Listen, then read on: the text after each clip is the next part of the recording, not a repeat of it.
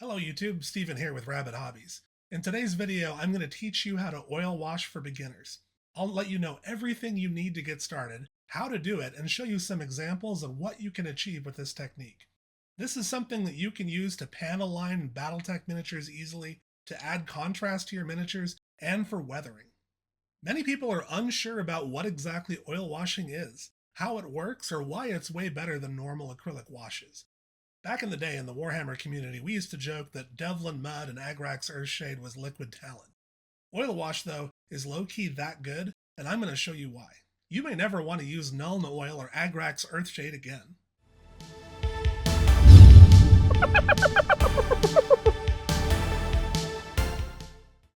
Now, the first question you might be asking yourself is why oil wash? What's the point? Why not just regular washes? The reason I go with an oil wash over acrylic wash is because of speed, quality, and control. On the left, we have a speed-painted Skaven Clawlord.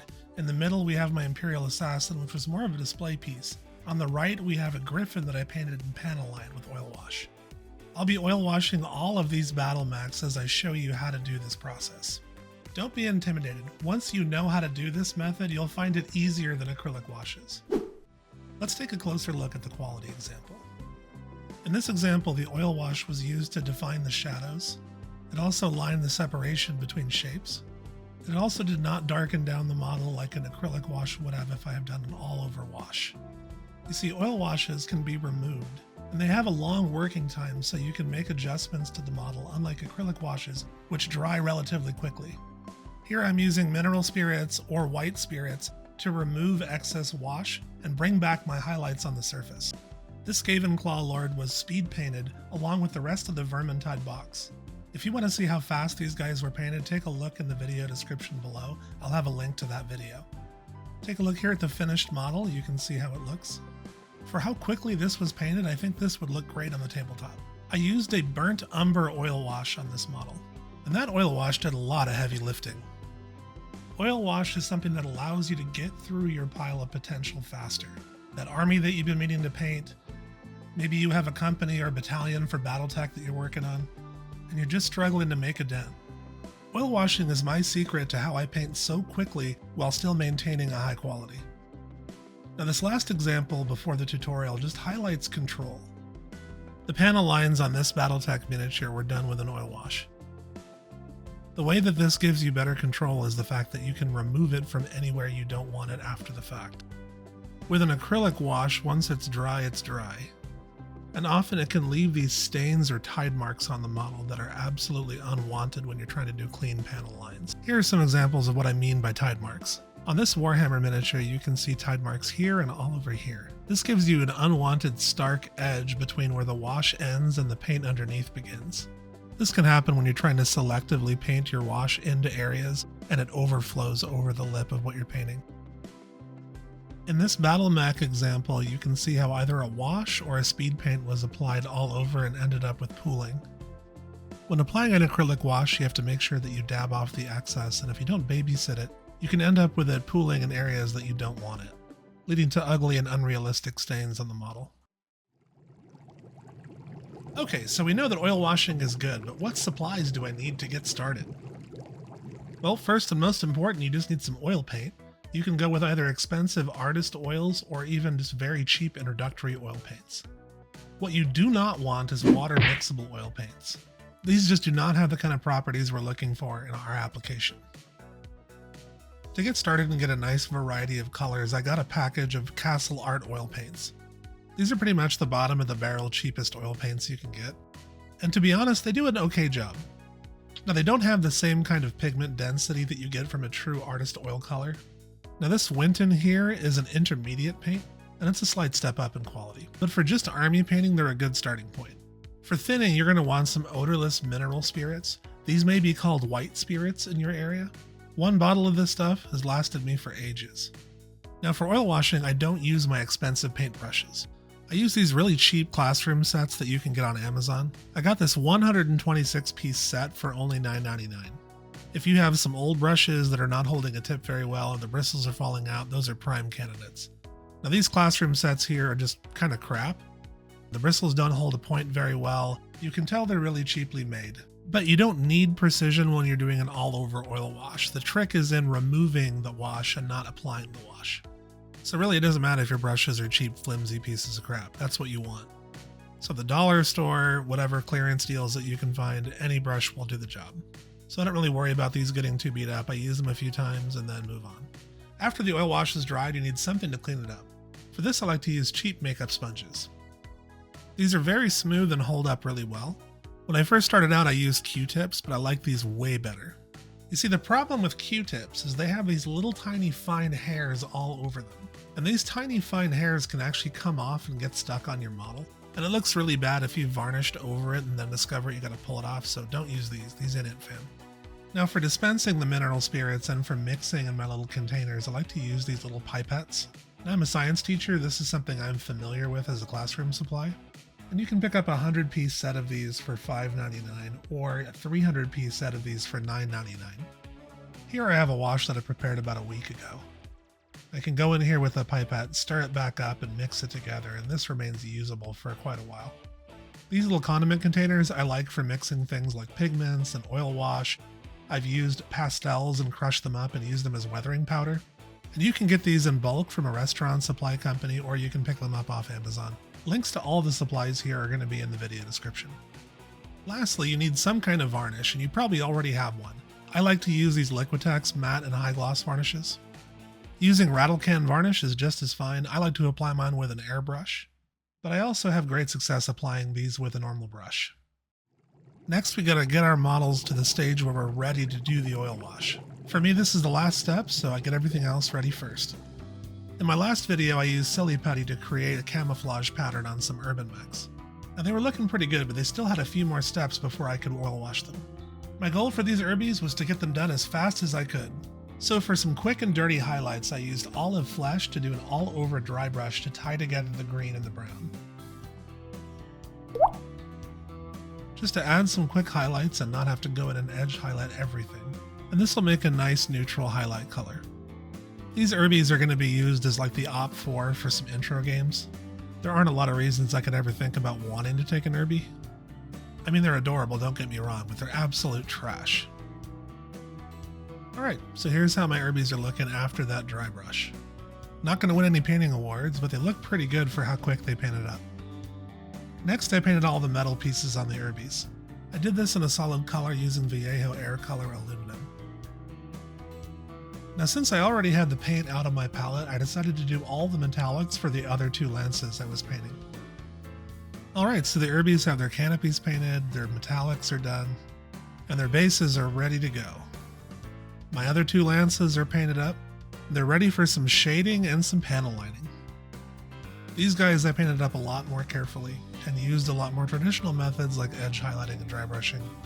But regardless of if my motivation is for speed painting or for quality, I will still use an oil wash. It just gets me the result that I like. So once we've gotten to this stage, we just need to save our work, and by that I mean we have to varnish. So I'm going to use a gloss varnish to seal in all the work that I've done on these bases and these mechs. I use a gloss varnish because the capillary action helps to pull the wash into the recesses, and this is what helps with the panel lining on Battletech mechs.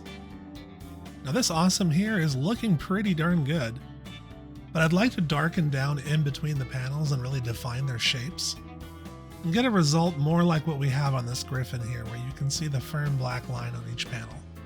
Alright, so I'm going to use a high gloss varnish, and I'm going to spray this through my airbrush to coat the mechs. Afterwards, I'm going to use a matte varnish to knock the shine back down because I prefer my mechs to be less glossy. But if you want your mechs to be shiny, then that's one less step. One nice even coat is all that's required to protect all the work that you put in underneath. Just wait for the varnish to dry thoroughly before you start to apply your wash.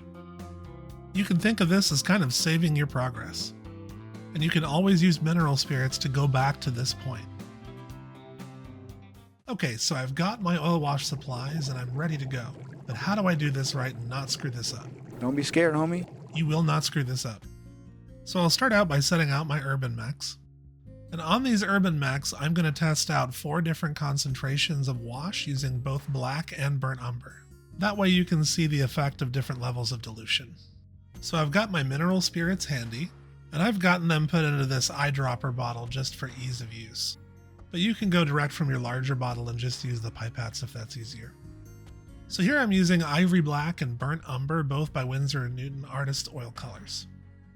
For the left two containers, I'll be doing black only, and for the right two containers, I'll be doing black and Burnt Umber. I'm doing a small bead of paint into each cup, but the ratio of mineral spirits to paint will be different for each. Darker black, lighter black, darker black and brown, and lighter black and brown. This will hopefully give you an idea of the kind of results you can expect from the different colors and the different levels of pigmentation. I generally use a higher concentration when I want something to look very weathered, and I use a lower concentration for panel lining. The higher concentration washes here are about a 2-to-1 ratio of mineral spirits to paint. The lower concentration I go up to almost a 4-to-1 ratio. You can go even thinner and still have good results. I generally play it by ear and take a look to see how my wash is behaving against the side of the cups. And because we sealed our work with the varnish, we can always erase everything with mineral spirits.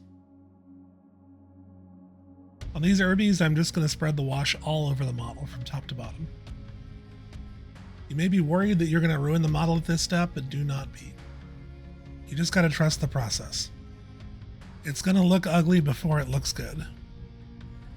I make sure to coat the base as well at this point. Then I just got to set them down to dry for about an hour to 90 minutes. You can tell it's dry when the finish changes from glossy to matte. This happens as the mineral spirits evaporate. Next up we have the lighter black herbie. You can see how much more dilute the wash is here.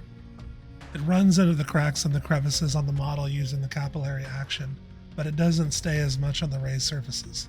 This is the concentration I like to use on lighter colored models, or if I don't want something to look as weathered. Same process as before, just a lot thinner. And again, hitting the base as well. Here's how the lighter black wash looks like after it was applied. Alright, set them down to dry while I work on the darker brown. This guy's going to look super grungy, like streaking grime. I love using this thickness for things like bases, for really weathered tanks. Anytime you want to make something look like it's been through the shit and back. Even at this concentration though, a lot of this is going to come back out. Where it's really going to remain is in the cracks and the crevices, joints. Oh yeah, he looks gnarly. You can really see the difference with how much lighter concentration there is on that second level. Now we have the lighter black brown. It's a very subtle amount of brown in this. If you'd like to replicate something like Agrak's Earthshade, you can just omit the black. But for Battlemechs, I prefer having the black. When painting my Skaven in the Rat Shop video, I used more brown and less black. Alright, one more time so you can see them up close. Here we have the darker black, the closer to a 2-to-1 ratio of mineral spirits to oil paint. Very dark, very much like a streaking grime, but with no hue. Here we have our lighter black, the 4-to-1 mineral spirits versus oil paint. This is the one that looks closer to a Nuln oil wash. Now we have our darker black brown, our 2-to-1 ratio. Again, very grungy, very much like a streaking grime. And then finally our lighter black brown. If for whatever reason you didn't want to go back and clean up, this is probably the best bet. Now, since I have all these washes already made, I may as well wash all of these Battlemechs in the back row. Now oil washes can keep for quite a while as long as you keep them sealed up. They will separate though, so you do have to stir them up really well. For these mechs, I'll be using my lighter black and lighter brown washes. I'm using the lighter black on the blue and pink surfaces, and I'm using the lighter brown on the legs. I really like the bright colors on these mechs, and I'm being a little conservative with my washes. Keep in mind, I can always remove and go back to my original paint job down to the varnish with some mineral spirits. Switching to the brown as I get to the legs. I briefly dip into the grungy or darker black brown for the bases. And just work my way through the remaining mechs. The only place I'm a little careful on these is the cockpits. I don't want to darken them up much. I had a lot of fun painting these mechs in random color schemes. If you want to see that video where I randomly generated color schemes, the link will be in the video description.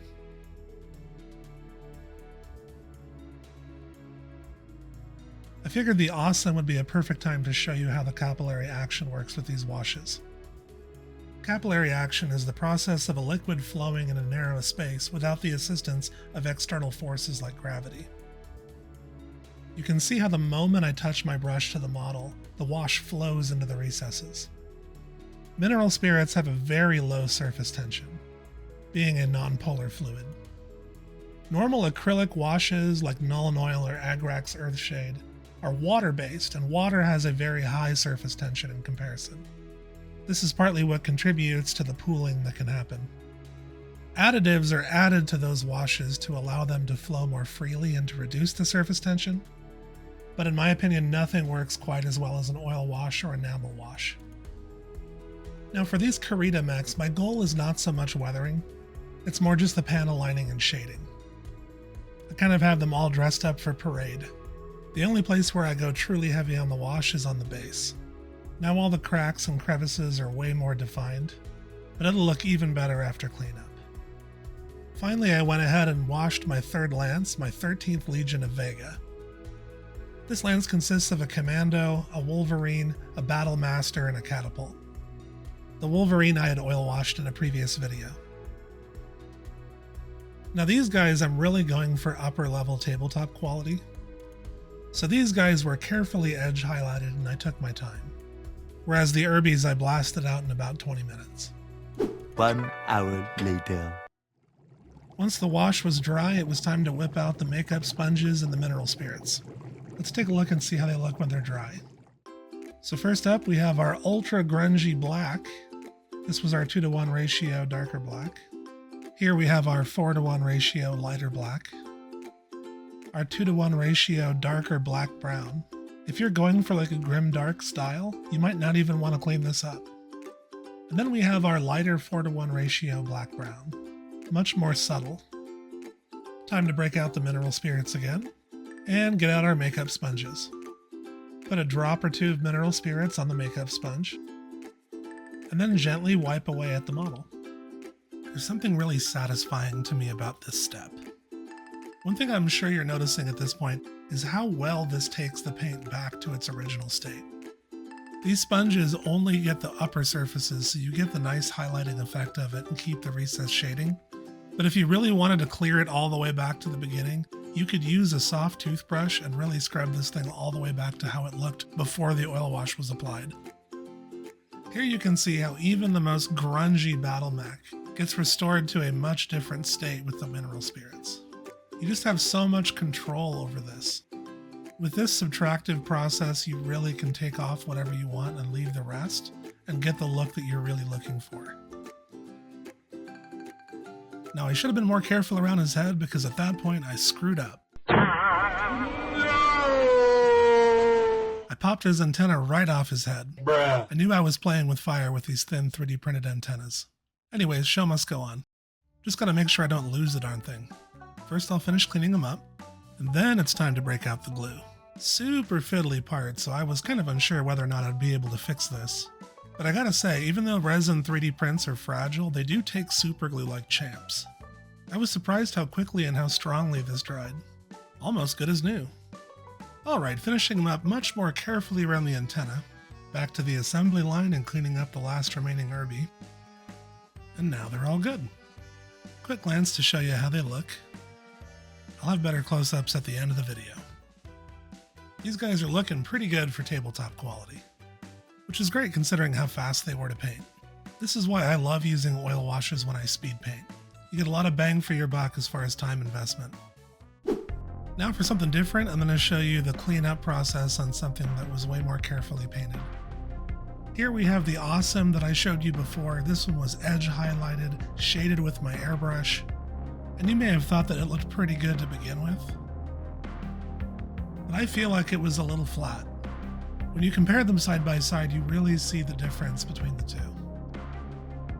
I find that with miniature painting, and especially with such a small scale miniature painting, it's really important to define the shadows, define the highlights, and really make the model stand out and separate every shape and panel. On a real Battlemech, at a real scale, the light would do that for you, but for miniatures we have to fake it.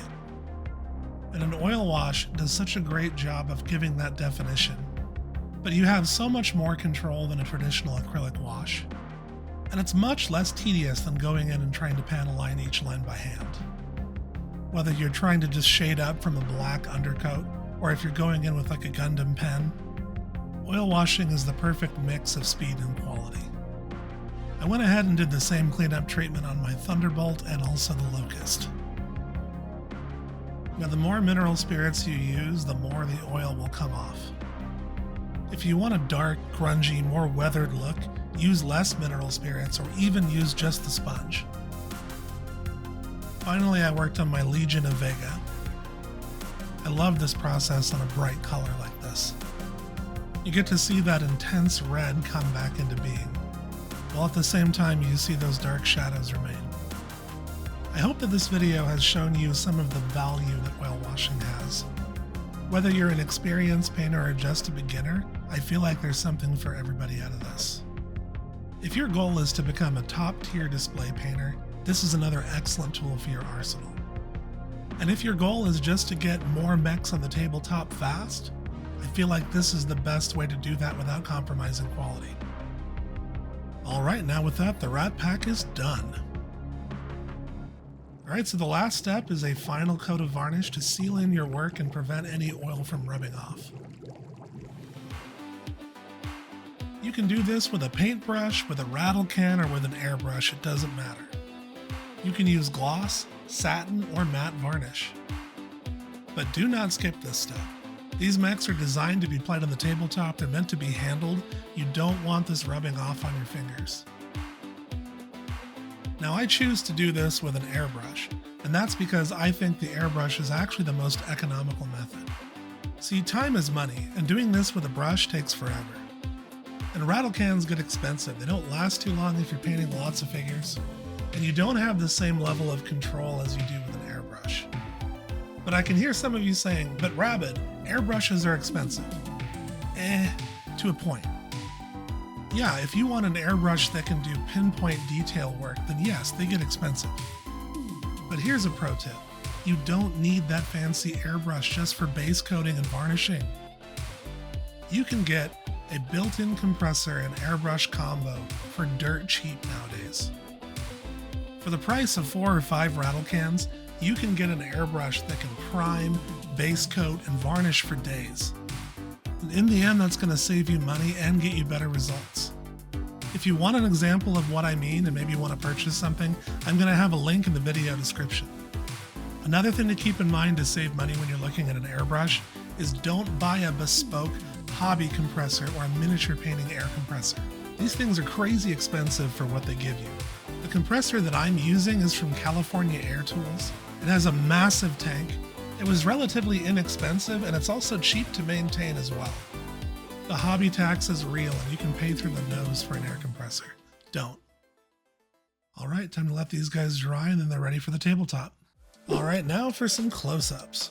Let's check out the Herbies. We have our darker black 2:1 ratio. We have our lighter black 4:1. The difference is subtle. It's all about how much you remove. Here's our darker black brown. And even though there was so much more wash and more pigmentation, they look like they would fit together on the tabletop. And finally, we have our lighter black brown. This is probably my favorite look for the Herbies. Real quick showcase here of the other 2 lances, now that they're complete. I hope that if you watched this as a beginner at oil washes that you got something from this. If you have any questions about oil washes or hobby tips in general, please leave me a comment. I always answer every comment on my channel. If you like this video, please tap the like button. If you want to see more, please subscribe. It really helps a small channel like ours grow. We have more Battletech content coming soon, Trench Crusade on the way, and more Warhammer as well. For now, I'll just let the rest of the miniatures do the talking. Thank you all for watching.